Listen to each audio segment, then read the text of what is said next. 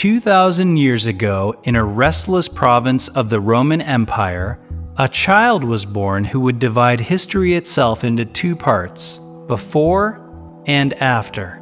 His name was Jesus of Nazareth. At the time of his birth, Rome ruled the known world.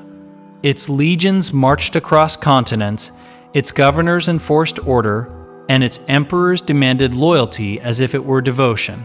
Power belonged to those who commanded armies, and history remembered those who conquered. But in Bethlehem, a town too small to hold political significance, no one expected the world to change. There was no throne waiting for him, no alliance securing his future, no army preparing his name for greatness. He grew up in Nazareth, a modest village in Galilee. He learned the trade of a craftsman. He worked with his hands. For nearly 30 years, there is historical silence. No public movement, no recorded speeches, just ordinary life. And yet, transformation often begins in obscurity. The world around him was tense. Judea lived under Roman occupation. Taxes were heavy, soldiers were visible. Crucifixion was not rare. It was a warning. Beneath the surface, frustration simmered. The Jewish people carried ancient promises. Their scriptures spoke of a coming Messiah, a deliverer, a king. Many expected a warrior who would overthrow Rome. Instead, what would emerge was a teacher, not a commander of armies, but a voice that would challenge how people understood power itself. To understand the impact of Jesus, we must look closely at the world into which he was born. Judea was not merely another Roman province. It was a land shaped by memory, a people who believed their history carried divine purpose. They remembered kings like David. They remembered exile and return. And above all, they remembered promises spoken by prophets. Yet, in the first century, they lived under Roman authority. Rome allowed limited religious practice, but political loyalty was not optional. Taxes funded distant campaigns. Governors answered to the emperor. Crucifixion stood as a visible reminder of who held power. Jerusalem was the spiritual center of Jewish life. The temple was not only a place of prayer, it was a symbol of identity and national survival. Festivals brought thousands into the city. Emotions intensified, and Rome watched carefully, especially during Passover, the annual remembrance of liberation from slavery. Imagine celebrating freedom while living under occupation. Hope and tension mixed together. Different groups offered different answers. Some emphasized strict observance of religious law. Some cooperated with Rome to preserve stability. Others believed only force could restore independence. But beneath these differences was shared expectation. The Hebrew scriptures spoke of a coming Messiah, an anointed one who would change the course of history. For many, that meant a political deliverer, a ruler who would confront Rome directly. The people were not waiting for philosophical reflection. They were waiting for victory. And into that atmosphere, charged with longing and impatience, Jesus would begin to speak, not about revolt, but about the transformation of the human heart. Before he ever addressed crowds, before debates, confrontations, or followers, there were decades of silence. Jesus was raised in Nazareth, a small village in Galilee. Archaeological evidence suggests it was modest, perhaps a few hundred residents, built from stone, surrounded by fields and hills. It was not politically important. It was not wealthy. It was ordinary. He grew up in a world of physical work.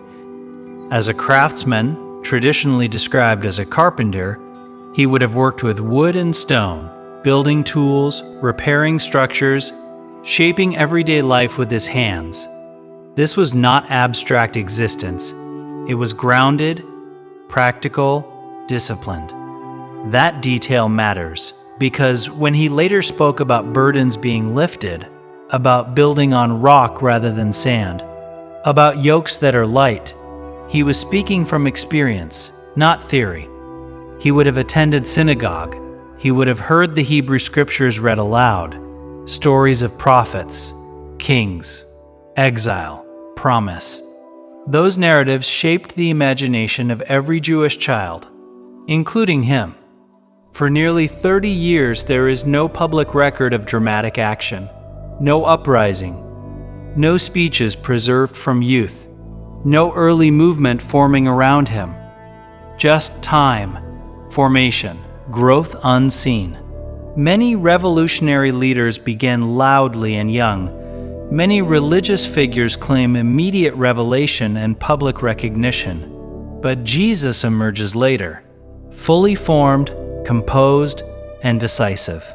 When he finally appears in the historical record, he does not seem experimental. He does not appear uncertain. He speaks with clarity as if the years of obscurity were preparation. And perhaps they were, because movements that endure are rarely built in haste. They are built in depth. Before influence comes formation. Before public voice comes private conviction. And when Jesus eventually stepped into public life, he did not speak like someone searching for identity. He spoke like someone who had already found it. Around the age of 30, the long silence ended. Jesus stepped into public life not through political declaration, but through a symbolic act. He approached John the Baptist, a preacher who had already been drawing significant crowds near the Jordan River. John spoke of repentance, of moral renewal, of preparing for something greater than the present order. The wilderness where John preached was not accidental. It carried historical memory. It was the place where Israel once wandered after escaping Egypt, a landscape tied to testing, purification, and rediscovering identity. When Jesus was baptized there, it marked transition, not into rebellion, not into political ambition, but into mission. Soon after, he began traveling throughout Galilee, fishing towns along the Sea of Galilee, marketplaces filled with traders, villages connected by dusty roads and agricultural fields. He did not begin in Jerusalem, the capital of authority.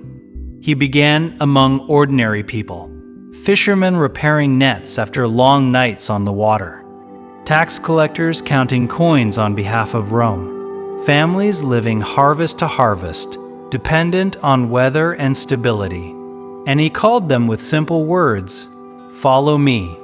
In that culture, students typically sought out respected teachers and requested permission to learn. Here, the teacher sought the students, and not the most educated, not the religious elite, but the available, the willing. They left boats, they left tables, they left routine. From the beginning, his authority did not resemble political control. It felt personal and direct. People followed not because he promised advantage, but because he spoke with clarity and urgency. "The time is fulfilled," he said. Not someday, not eventually. Now. There was immediacy in his voice, a sense that history was moving towards something decisive.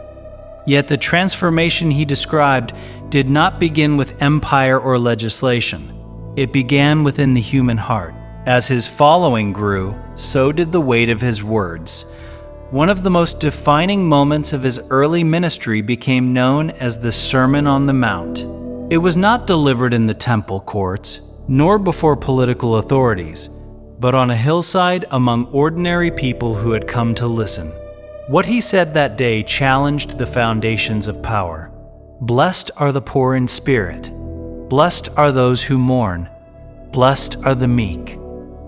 In Roman culture, strength meant dominance. Honor meant status. Victory meant humiliation of enemies.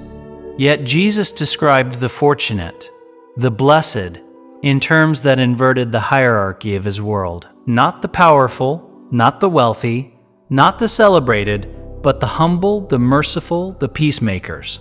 He went further. You have heard it said, an eye for an eye. That principle had originally limited revenge, preventing escalation. But Jesus intensified the moral demand. If someone strikes you on one cheek, turn the other also. This was not passive surrender. It was refusal to let violence dictate identity. In a society built on retaliation and public honor, this teaching was radical. He addressed anger as seriously as murder, desire as seriously as action, hypocrisy as more dangerous than failure. Righteousness, he argued, was not measured by public display but by inward intention. Prayer was not performance. Generosity was not spectacle. Integrity was not applause. This shift was profound. It relocated morality from external compliance to internal transformation. Law was not dismissed but fulfilled at a deeper level. The crowds were astonished. He did not endlessly cite earlier authorities to justify every statement. Instead, he spoke directly. But I say to you, that tone, calm, clear, unapologetic, distinguished commentary from conviction. And with that, the movement gained depth, because he was not merely offering advice. He was redefining what strength meant in a world obsessed with power. As his message spread, so did the crowds. Villages that once ignored traveling teachers now anticipated his arrival. People walked long distances to hear him speak. Some came seeking healing, some searching for hope. Others simply wanted to see whether the rumors were true. Accounts describe acts that drew even greater attention. The sick restored, the blind claiming sight, storms calmed by a command. Whatever one's interpretation, their effect was undeniable. His reputation expanded quickly. Religious leaders began questioning him publicly. They challenged his interpretation of the law. They questioned his authority to forgive sins. They demanded to know by what power he acted. These were not casual questions. They were strategic. Authority in Judea depended on structure. Priests, teachers, temple leadership. Stability required control. When someone spoke with moral certainty outside that structure, it created tension. Jesus did not reject the law, he deepened it. But in doing so, he exposed hypocrisy. He criticized outward religiosity that masked injustice. He confronted inconsistencies directly. To many ordinary listeners, his words felt liberating. They sensed authenticity and compassion. To established leadership, however, his popularity carried risk. Crowds could become movements. Movements could become unrest. And unrest, under Roman occupation, could bring consequences. Rome did not tolerate instability. By this point, Jesus was no longer obscure. He was visible, watched, measured. History shows that when moral authority rises without institutional approval, confrontation rarely waits long, and the road to Jerusalem was drawing closer. When Jesus entered Jerusalem, the atmosphere was already charged. It was Passover, the annual remembrance of liberation from slavery in Egypt. The city was full. Pilgrims crowded the streets. Roman soldiers increased their presence.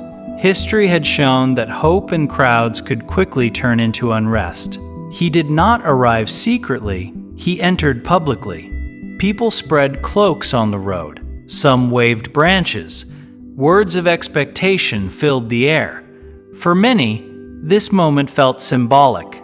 The arrival of a king, but the kind of king they imagined was not the kind he intended to be. Shortly after entering the city, he went to the temple, and there, something happened that shifted everything. He overturned the tables of money changers. Coins scattered. Commerce stopped. He accused the system of turning a house of prayer into a marketplace. This was no quiet critique. It was visible disruption. The temple was not only a religious space, it was economic center, political symbol, national identity.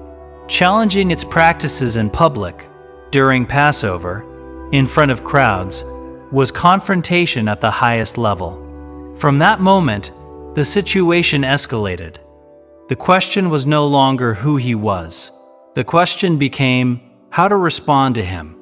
Influence had crossed into action, and when moral challenge becomes public disruption, established power rarely remains patient.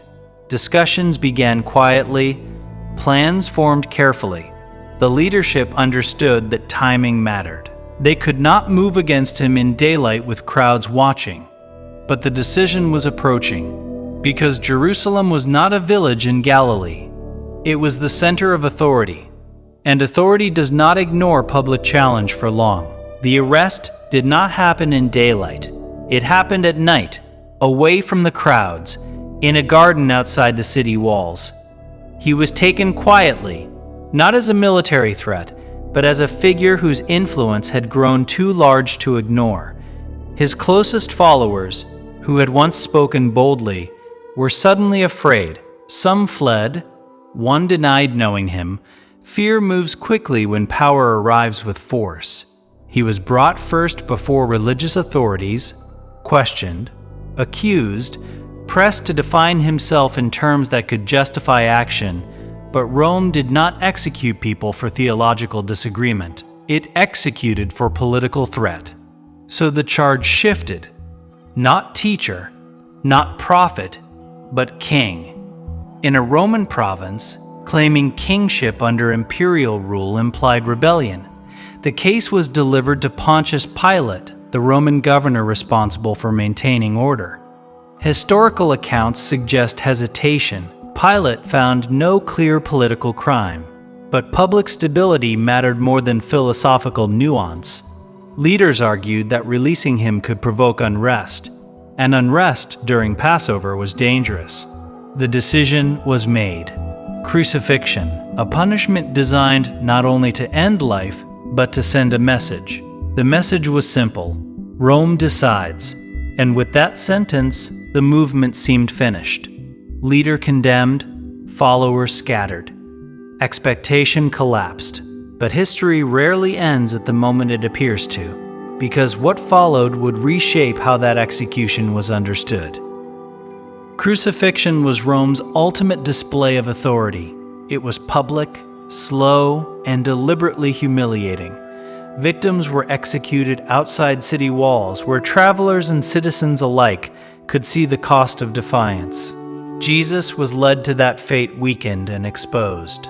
Mocked as king, the title was intended as sarcasm, a warning to anyone who imagined alternative authority, a sign fixed above him to make the accusation visible. From a political perspective, the message was clear. Movements collapse when leaders collapse. Symbols fade when their figure is removed. Rome had done what Rome always did, and yet the accounts describe something unexpected. There were no calls for revolt, no final speech demanding vengeance. Instead, words of forgiveness in a culture shaped by retaliation and honor. That response was disorienting. The condemned man extended mercy toward those who condemned him. The cross was meant to end influence, but paradoxically, it intensified memory. Witnesses do not easily forget a person who endures suffering without surrendering conviction. For his followers, the execution did not erase meaning. It forced reinterpretation. What looked like defeat was reframed as sacrifice. What appeared as weakness was understood as resolve. History has seen many executions. Few become symbols. The empire believed it had demonstrated control, but in the minds of those who watched, something else was demonstrated. A different kind of authority, not enforced, chosen, not imposed, endured. And that difference would shape everything that came next. After the crucifixion, there was a pause, a silence filled with confusion. From every political perspective, the story should have ended there. A leader executed publicly, followers dispersed, hope dissolved. Rome had resolved countless disturbances this way. Remove the central figure, and momentum disappears. For a brief moment, that pattern seemed to hold. His closest companions hid. Fear replaced confidence. The future was uncertain. And then came the claim that altered everything. His followers began declaring that he had risen. that death had not concluded the story, that the execution was not final, whether interpreted as faith, theological conviction, or historical mystery. The psychological effect was undeniable. The same individuals who had fled arrest began speaking publicly in Jerusalem, the same city, the same risk. Something had changed. They did not speak cautiously, they spoke with certainty. They did not preserve memory quietly. They proclaimed meaning openly. For historians, this shift demands explanation. Movements built on deception rarely sustain persecution. Yet many of his earliest followers accepted imprisonment, beating, and even death without withdrawing their message. Fear had given way to conviction, and conviction travels. Small communities formed in Jerusalem, then beyond it, along trade routes, across cultural boundaries. The message moved from local story to expanding movement. The empire that had demonstrated its power through execution now faced something less tangible. An idea that could not be crucified, and once ideas move beyond geography, they become difficult to contain. What began in obscurity had entered history's bloodstream, and it was spreading. Within decades, communities formed across the Roman world around his teaching. They gathered in homes, shared meals, preserved stories, and wrote letters explaining what his life and death meant. This was not an army or a political faction. It was a network of conviction. Persecution came in waves. Some emperors ignored them. Others saw them as destabilizing. Yet the movement endured. It adapted and organized rather than disappear. 3 centuries later, the Roman Empire that executed him legalized Christianity and eventually made it official. Temples honoring emperors gave way to churches. But the deeper transformation was moral. The belief in human dignity shaped law. Mercy and care for the vulnerable influenced social structures. Hospitals and organized charity developed. Education became tied to ethical formation. Even critics acknowledge his influence. Art, music, philosophy, and literature absorbed his themes. Forgiveness, humility, and sacrificial love entered moral language across cultures. Time itself was reorganized around his life, before Christ and after Christ. And yet, the paradox remains. He held no political office. He commanded no troops. He wrote no book. His authority was not enforced. It was embraced. People followed not because they were compelled, but because they were persuaded that power could look different, that strength could exist in restraint, that transformation could begin within. Agree or disagree? Believe or question? History records this. His life altered civilization, not through domination, but through conviction carried to the end. And conviction has a way of outliving empires. History remembers conquerors, but it does not measure time by them. Empires rise, empires fall, power shifts, borders change, yet the name of a teacher from Nazareth remains spoken across centuries, not because he seized control, but because he silenced opposition, but because he confronted it without hatred. The story of Jesus is not only about faith, it is about influence, about the kind of power that does not rely on force, about the idea that transformation begins within, and from there moves outward. And whether one believes or questions, that idea continues to echo.